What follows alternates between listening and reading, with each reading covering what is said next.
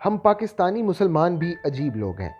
ایک جانب نبی اکرم صلی اللہ علیہ وآلہ وسلم سے عشق کی انتہا ہے، تو دوسری جانب ان کی ذات کے دنیا سے پردہ فرما جانے کے بعد ان پر نعوذ باللہ جھوٹ باندھنے میں بھی پیش ہیں۔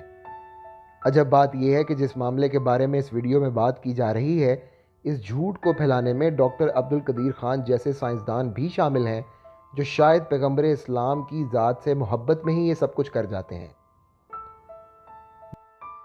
جی ہاں، یہ معاملہ ہے نبی اکرم صلی اللہ علیہ وآلہ وسلم اور سلجوقی سلطان نور الدین زنگی کا، اور ان سے منسوب اس مشہور واقعے کا جو ہم سب نے ہی بار بار سن رکھا ہے اور سب اس پر یقین رکھتے ہیں۔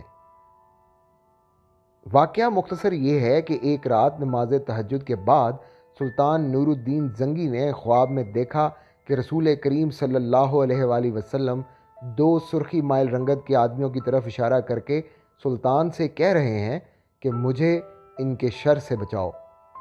سلطان ہڑبڑا کر اٹھا، وضو کیا، نفل ادا کیے اور پھر اس کی آنکھ لگ گئی۔ یہ خواب ایک ہی رات میں 3 بار دہرایا گیا۔ سلطان کی نیند ہوا ہو گئی۔ اس نے اپنے معتمد خاص اور قابل ترین وزیر سے مشورہ کیا تو اس نے کہا کہ اب کسی سے ذکر نہ کریں اور فوراً مدینہ روانہ ہو جائیں۔ اگلے روز سلطان نے 20 مخصوص افراد کو ساتھ لیا اور 16ویں روز شام کے وقت وہ وہاں پہنچ گیا۔ سلطان نے روضہ رسول پر حاضری دی اور مسجد نبوی میں ہی بیٹھ گیا۔ اعلان کیا کہ اہل مدینہ مسجد نبوی میں پہنچ جائیں، جہاں سلطان ان میں تحائف تقسیم کرے گا۔ لوگ آتے گئے اور سلطان ہر آنے والے کو باری باری تحفہ دیتا گیا، لیکن وہ چہرے نہ آئے جن کو اس نے خواب میں دیکھا تھا۔ ان کے بارے میں پوچھا تو گواہی دی گئی کہ 2 لوگ موجود ہیں جو مراقشی ہیں اور بہت عبادت گزار ہیں، اتنے کہ اپنی عبادت گاہ سے باہر ہی نہیں آتے۔ سلطان کے حکم پر وہ پیش کیے گئے۔ سلطان نے انہیں پہچان لیا۔ ان کے حجرے کی تفتیش ہوئی تو وہ مان گئے کہ وہ عیسائی ہیں اور رومی بادشاہ کے کہنے پر پہنچے ہیں۔ یہ معلوم پڑا کہ وہ نبی اکرم صلی اللہ علیہ وآلہ وسلم کا جسد اقدس نکالنے کے لیے سرنگ کھود رہے تھے، اور پھر سلطان نے انہیں قتل کیا اور روضہ رسول کے گرد ایک خندق کھود کر اسے سیسے سے بھر دیا تاکہ اسے کوئی کھود نہ سکے۔ ناظرین، اس واقعے کی کوئی سند موجود نہیں ہے۔ میں اور آپ، ہم سب اس واقعے کو بغیر تحقیق کے ہی سچ مانتے رہے ہیں۔ ایسا ہے کہ اس واقعے کے کوئی تاریخی یا زمینی شواہد موجود نہیں ہیں کہ نبی اکرم صلی اللہ علیہ وآلہ وسلم کے روضے تک کوئی زیر زمین سرنگ کھودی یا پھر کسی خندق میں سیسا ڈالا گیا۔ اگر ایسا ہوتا تو یہ موجود ہوتا۔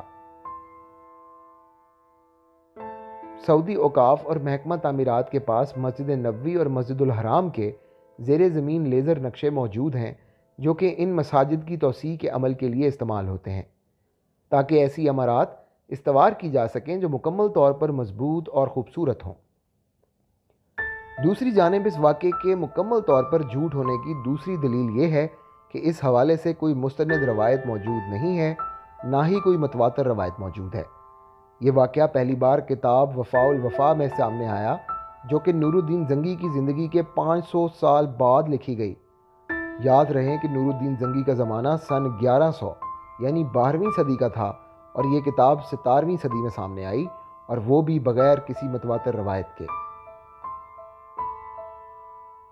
دین اور تاریخ کا علم رکھنے والے علماء اس کو متعدد بار رد کر چکے ہیں، اور جدید دور کے مبلغ انجینئر علی مرزا نے اس حوالے سے دلائل بھی پیش کیے ہیں۔